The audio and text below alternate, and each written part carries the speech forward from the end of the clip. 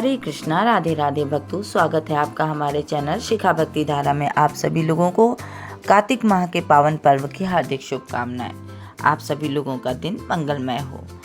आज हम आपको अपने इस वीडियो में कार्तिक मास महत्तम कथा अध्याय 9 का श्रवण कराने जा रहे हैं। तो चलिए वीडियो शुरू करते हैं। राजा पृथु ने कहा, हे मुनिश्रेष्ठ, नारद जी अपने कार्तिक माह के व्रतों में जो तुलसी की जड़ में भगवान विष्णु का निवास बताकर उस स्थान की मिट्टी की पूजा करना बतलाया है, अतः मैं श्री तुलसी जी के महत्तम को सुनना चाहता हूँ। तुलसी जी कहाँ और किस प्रकार उत्पन्न हुई, ये बताने की कृपा करें। नारद जी बोले, राजन, अब आप तुलसी जी की महत्ता तथा उनके जन्म का प्राचीन इतिहास ध्यानपूर्वक सुनिए। एक बार देवगुरु बृहस्पति और देवराज इंद्र भगवान शंकर का दर्शन करने कैलाश पर्वत की ओर चले। तब भगवान शंकर ने अपने भक्तों की परीक्षा लेने के लिए जटाधारी दिगंबर रूप धारण कर उन दोनों के मार्ग में अवरोध उत्पन्न किया। यद्यपि वो तेजस्वी, शांत, लंबी भुजा और चौड़ी छाती वाले गौर वर्ण और अपने विशाल नेत्रों से युक्त तथा सिर पर जटा धारण किए वैसे ही बैठे थे, तथापि उन भगवान शंकर को ना पहचान कर इंद्र ने उनसे उनका नाम व धाम आदि पूछते हुए कहा कि क्या भगवान शंकर अपने स्थान पर हैं या कहाँ गए हुए हैं। इस पर तपस्वी रूप भगवान शिव कुछ नहीं बोले। इंद्र को अपने त्रिलोकीनाथ होने का गर्व था। उसी अहंकार के प्रभाव से वह चुप किस प्रकार रह सकता था। उसने क्रोधित होते हुए उस तपस्वी को धुड़क कर कहा, अरे, मैंने तुमसे कुछ पूछा है और तू सब उसका उत्तर भी नहीं देता। मैं अभी तुझ पर वज्र का प्रहार करता हूँ, फिर देखता हूँ कि तुम कौन दुर्मति की तुम्हारी रक्षा करता है।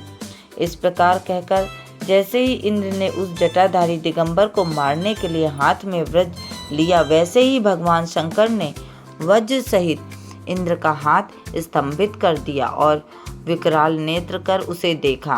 उस समय ऐसा प्रतीत हो रहा था कि वह दिगंबर प्रज्वलित हो उठा है और अब वह अपने तेज से जला देगा। भुजाएं स्तंभित होने के कारण इंद्र दुखित होने के साथ साथ अत्यंत कुपित भी हो गया, परंतु उस जटाधारी दिगंबर को प्रज्वलित देखकर बृहस्पति जी ने उन्हें भगवान शंकर जानकर प्रणाम किया और दंडवत होकर उनकी स्तुति करने लगे। बृहस्पति भगवान शंकर से कहने लगे, हे दीनानाथ, हे महादेव, आप अपने क्रोध को शांत कर लीजिए और इंद्र के इस अपराध को क्षमा कीजिए। बृहस्पति के ये वचन सुनकर भगवान शंकर ने गंभीर वाणी में कहा, मैं अपने नेत्रों से निकले हुए क्रोध को किस प्रकार रोकूं। तब बृहस्पति ने कहा, भगवान, आप अपना भक्तवत्सल नाम सार्थक करते हुए अपने भक्तों पर दया कीजिए तथा आप अपने इस तेज को अन्यत्र स्थापित कीजिए और इंद्र का उद्धार कीजिए। तब भगवान शंकर ने गुरु बृहस्पति से बोले, मैं तुम्हारी स्तुति से अत्यंत प्रसन्न हूँ। तुमने इंद्र को जीवन दान दिलवाया है। मुझे विश्वास है कि मेरे नेत्रों की अग्नि अब इंद्र को पीड़ित नहीं करेगी। बृहस्पति से इस प्रकार कहकर भगवान शिव ने अपने मस्तक से निकाले हुए अग्नि में तेज को अपने हाथों में ले लिया और फिर उसे क्षीर सागर में डाल दिया। तत्पश्चात भगवान शंकर अंतर्ध्यान हो गए।